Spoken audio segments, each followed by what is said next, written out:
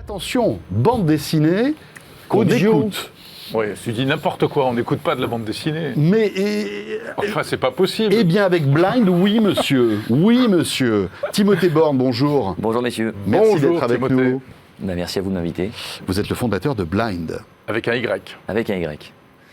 Alors, expliquez-nous, qu'est-ce que vous avez mis au point avec Blind ? Donc avec Blind, on a voulu monter un projet où on proposait à nos auditeurs et à nos utilisateurs d'écouter de la bande dessinée.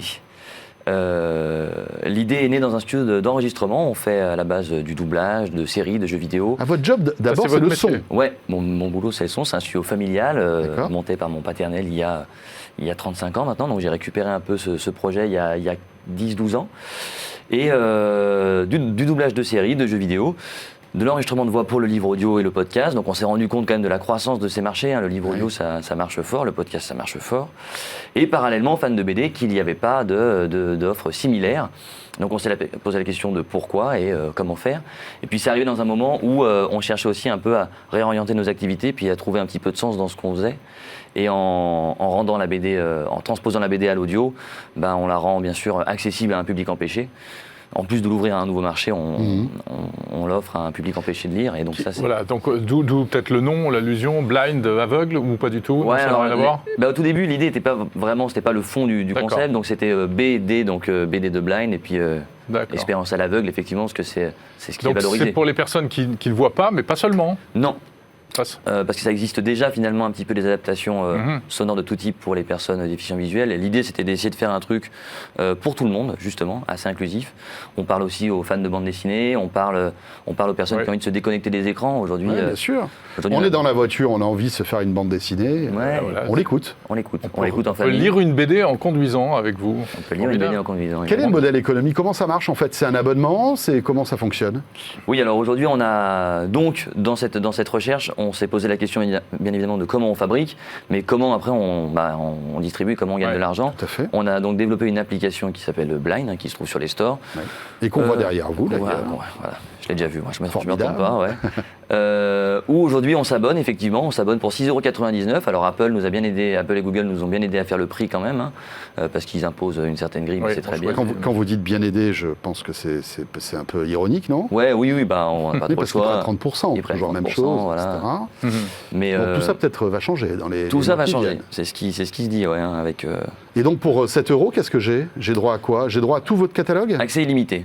Alors aujourd'hui, on est en train de faire évoluer un peu le sujet parce que c'est un projet qu'on fait avec les éditeurs également, qui ont plutôt l'habitude effectivement que le livre audio soit déjà un peu plus cher que le livre normal et puis en achat à l'unité.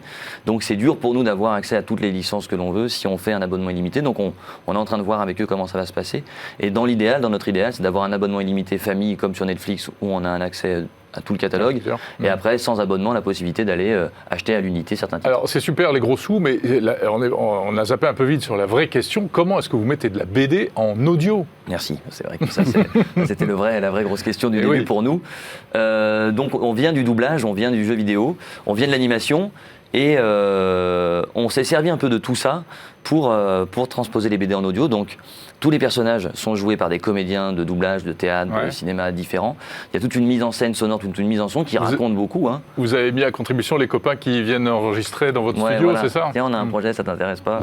Alors après, ça suffisait pas. Ouais, et puis il y a des stars parmi vos voix. Ouais, pour l'instant, on a travaillé, le plus évocateur, c'est Gérard Darmon qui est venu prêter sa voix sur un projet L'Enfeuse, tout c'était super sympa. Mais où il y a plein de doubleurs avec des voix, où quand tu regardes la télé, tu te dis tiens, mais celui-ci, c'est pas celui qui double celui-ci. Ah ouais. On fait appel à cela. Et puis plein de comédiens. Alors on est basé à Lyon. D'ailleurs, le Y de Blind, il y a un peu le Y de Lyon dedans. On est un peu chauvin à Lyon. Et à Lyon, il y a beaucoup de comédiens de talent. Donc voilà. Mais il y a en gros 50-60 comédiens par projet. Donc toute une mise en scène sonore, vraiment du bruitage, de l'habillage, de l'ambiance, de la musique créée sur mesure. Et puis tout ça est mixé dans des conditions cinéma. Professionnelles. Voilà. Oui, on voit les images. On voit les images, génial. on a écouté tout à l'heure des extraits. C'est vrai que c'est impressionnant.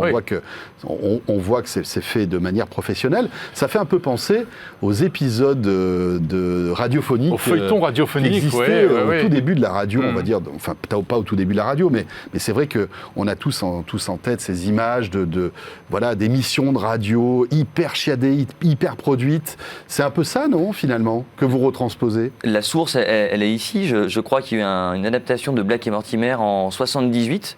Donc pièce radiophonique. Alors c'est construit d'une façon un peu différente de nous, c'est-à-dire que c'est vraiment joué sur scène et donc c'est capté sur scène comme si c'était une pièce de théâtre. Mais alors que vous, voilà, c'est pas... nous, c'est plutôt fabriqué à la pièce comme si on faisait une pièce. Mais bon, finalement, l'intention est la même. Et Radio France s'est lancé dans un Tintin, les aventures de Tintin, justement avec la Comédie Française, qui est disponible sur Radio France. Et c'est super.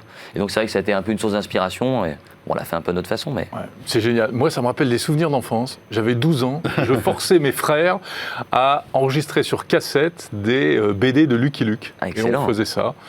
Voilà. Ah oui, donc vous êtes cœur de C'était cible. nettement moins bien mixé. Mais vous, le cœur y devriez était. racheter les droits et les mettre sur votre appli. Eh ben, on est en plein dedans. Mais justement, vous avez dû passer des deals avec les éditeurs. Comment ça se passe? C'était une grosse partie du boulot parce que les éditeurs aujourd'hui sont témoins, enfin le voient aussi que l'audio fonctionne. Et pour autant, n'ont pas encore eu la possibilité de le faire. Et donc quand on est venu les voir, on leur a proposé un projet un peu clé en main, avec on produit, on paye la fabrication, on diffuse. Mais maintenant, il faut prouver que ça fonctionne, que c'est bien fait, que ça marche. Donc, mais les discussions sont ouvertes. Et l'idée, bien sûr, c'est de faire Lucky Luke, Tintin, Corto Maltese, enfin tout ce qui...